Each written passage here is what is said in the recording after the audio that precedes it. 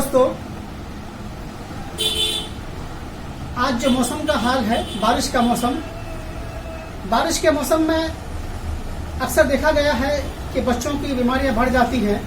हमारे साथ आज एक नए गेस्ट के रूप में डॉक्टर मोहम्मद आमिर खान साहब हैं। मैं जानना चाहूंगा उन्हीं से कि इन बीमारियों का बचाव का तरीका क्या है और खासकर बच्चे बहुत ज्यादा इससे बीमार पड़ते हैं। जी डॉक्टर साहब, आप जी।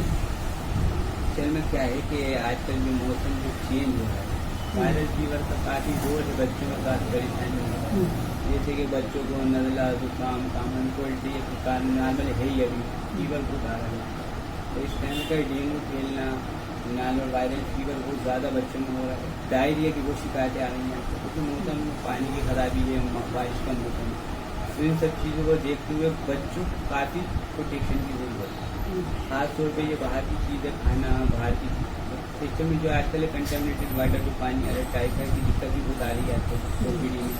खास तौर पे जो छोटे बच्चों को डायरिया की शिकायत है और फीवर बहुत आ रहा है और कोल्ड एंड कफ तो हो ही रहा है बच्चों को। इन सबसे बचाव का सबसे अच्छा तरीका है अपने बच्चों को वार्म माहौल में और बाहर जैसे कि भीगने न दें। मौसम ऐसा हो रहा, बच्चे जा रहे हैं बाहर भीग जाते हैं, जब अपनी गाड़ी में जा रहे हैं तो भीग जाए, तो उस टाइम में आकर उनको जैसे गर्म गिलाएँ हैं जिससे कि उनको प्रोटेक्शन मिले। और बात जैसे भी कभी ऐसा लगता है कि फीवर आ रहा है, ये आ रहा है, तो नेगलेक्ट नहीं करें, डॉक्टर के पास जाएँ, सब कुछ चेक करें। क्योंकि ये क्या होता है कि ये बीमारी बढ़ जाती है। कभी किसी बच्चों को न्यूमोनिया का भी असर हो जाता है, उन लोग समझते नॉर्मल कॉमन कोल्ड है, खांसी नहीं जा रही, फीवर नहीं जा रहा, ये तो उसकी कंडीशन सीवियर हो जाती है। इन कंडीशनों को देखते हुए अभी का जो मौसम है उस हिसाब से ये है कि आपको वाच करना है बच्चों को। क्या मौसम का बुखार या डायरिया किसी एज के हिसाब से आता है या किसी को भी हो सकता है? इसमें एज फैक्टर तो नहीं है, एज का क्या है, इसके अंदर तो इन्फेक्शन है। कोई अपन कंटामिनेटेड वाटर पीते तो इन्फेक्शन बड़ों को हो या छोटों को, इन्फेक्शन तो इन्फेक्शन है, वो बड़ा छोटा नहीं देखता, वो तो हो जाएगा। तो सबसे पहला काम ये है कि कंटामिनेटेड वाटर न पिएं, कंटामिनेटेड फूड ना लें। इस टाइम में इन चीज़ का एहतियात बहुत ज़्यादा है क्योंकि इस टाइम में जब पानी गिरता है तो कंटामिनेटेड तो वाटर हो ही जाता है, नदियों का हो, कहीं का भी हो, जो अपन सप्लाई होती है वहाँ पे भी तब कंटामिनेटेड की कंडीशन रहती है। तो इससे ऐसा कोई ताल्लुक है नहीं। यूनानी में कोई खास मेडिसिन इसका? हाँ, यूनानी में काफ़ी मेडिसिन है कॉमन कोल्ड की। जैसे हमारा ख़ास तौर पे जैसे कि लोग घर में भी यूज़ कर लेते हैं, ये शरबत सदर आता है हमारा, बच्चों के लिए काफ़ी इफेक्टिव होता है। ये घर में ले आकर रख भी सकते हैं। कभी लगता है कि थोड़ा कॉमन कोल्ड शुरू होता है, शरबत सदर बच्चों को, बड़े हैं तो 5 ml की डोज में, छोटा बच्चा हो तो 1 ml की डोज में दिन में 3 बार दे सकते हैं, तो उसको काफ़ी कॉमन कोल्ड के अंदर उनको भारी भी रिलीफ मिलेगा। और डॉक्टर साहब, आप एक यूनानी डॉक्टर हैं, तो मेरा सवाल एक बनता है आपसे यहाँ कि आमतौर पर समाज के अंदर एक बात फैल रही है कि एलोपैथ दवा से परहेज़ करो। काफ़ी तादाद में लोग यूनानी और आयुर्वेद में आ रहे हैं, क्या कारण है?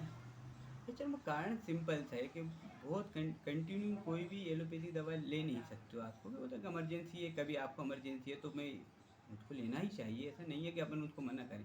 जी। पर ये है कि जब लॉन्ग टर्म में कोई आपको दवा लेना है या बहुत लंबे टाइम तक 1 साल 1.5 साल दवा खाना है तो उनके साइड इफेक्ट भी होते हैं। तो इसलिए उसके लिए बेस्ट ये रहता है कि जो आपके हर्बल मेडिसिन है, आयुर्वेद हो, होम्योपैथ हो, यूनानी हो, इसका उपयोग ज़्यादा से ज़्यादा क्या, और इसके लिए सरकार ने भी काफ़ी लंबे तौर पे काम कर रहा है, केंद्र सरकार बहुत बड़े लेवल पे काम कर रही है जी। और इसके बहुत ज़्यादा इफेक्ट भी आए हैं पब्लिक में, अवेयरनेस भी हुई है कि हर चीज़ के लिए जब आप कंटिन्यूशन में कोई दवा खाते हैं तो किडनी की बीमारी है, लंग्स की बीमारियाँ हैं, तो इन सब चीज़ों पे काफ़ी इफेक्ट पड़ता है। तो इसलिए आप मेन चीज़ तो यही है कि आप ज़्यादातर हर्बल मेडिसिन यूज़ करें, इमरजेंसी है तो फिर आगे डॉक्टर साहब, यूनानी का कंप्लीट लोग कोई इलाज करना चाहें तो उसके लिए अवेलेबल कहाँ डॉक्टर्स या मेडिसिन या भोपाल के अंदर कहाँ क्लिनिक है?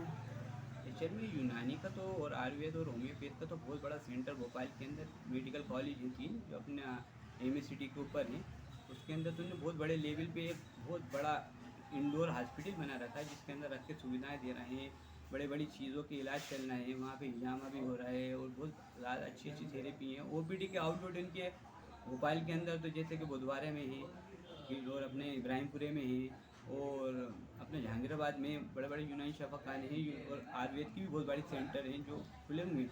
ओपीडी तो काफ़ी हद तक भोपाल के अंदर बहुत अवेलेबल है, कोई चाहे तो बहुत आसानी से कहीं भी अवेलेबल हो सकती है। और नेट पे तो आजकल इतनी सुविधा है कि आपको किसी से पूछने की भी जरूरत नहीं, आप एक क्लिक करेंगे आपको ये सब क्लियर हो जाएगा कहाँ कहाँ ओपीडी होती है। ओपीडी काफ़ी लेवल पे चल रही है, बड़े लेवल पे चल रही है। जैसे कि आप हम देखें बुधवार के अंदर हम ओपीडी चला रहे हैं तो वहाँ पे 3 ओपीडी एक यूनानी की चलती है हमारी, उसमें काफ़ी कम से कम हम ये देखें तो 200 पेशेंट पर डे हम ट्रीट करते हैं, मतलब कि 200 पेशेंट की ओपीडी हो रही है। इब्राहिमपुर वाला जो पुराना यूनानी शफाखाना है वहाँ पे 400 तक की ओपीडी जाती है। तो ओपीडी सेटअप तो काफ़ी है और लोग काफ़ी फ़ायदा भी उठा रहे हैं। लोगों को बहुत से लोग ऐसे हैं कि जिनको नहीं मालूम है, तो उनके लिए तो ज़रूरी है कि आप जैसे लोग आएँ और उनके लिए बताएं कि साहब कैसे कैसे सेटअप चल रहा है। तो दोस्तों, मौसम बदलते रहेंगे, हमेशा बारिश गर्मी सर्दी आती रहेगी, लेकिन बच्चों को बीमारी से कैसे बचाया जाएगा, बच्चों की सेहत के लिए क्या करना चाहिए, ये सब चीज़ आपको एहतियात बरतनी पड़ेगी हर हाल में। इन्हीं से बातों के लिए मैं MS अख्तर खान, पर्वत न्यूज़, भोपाल, मध्य प्रदेश।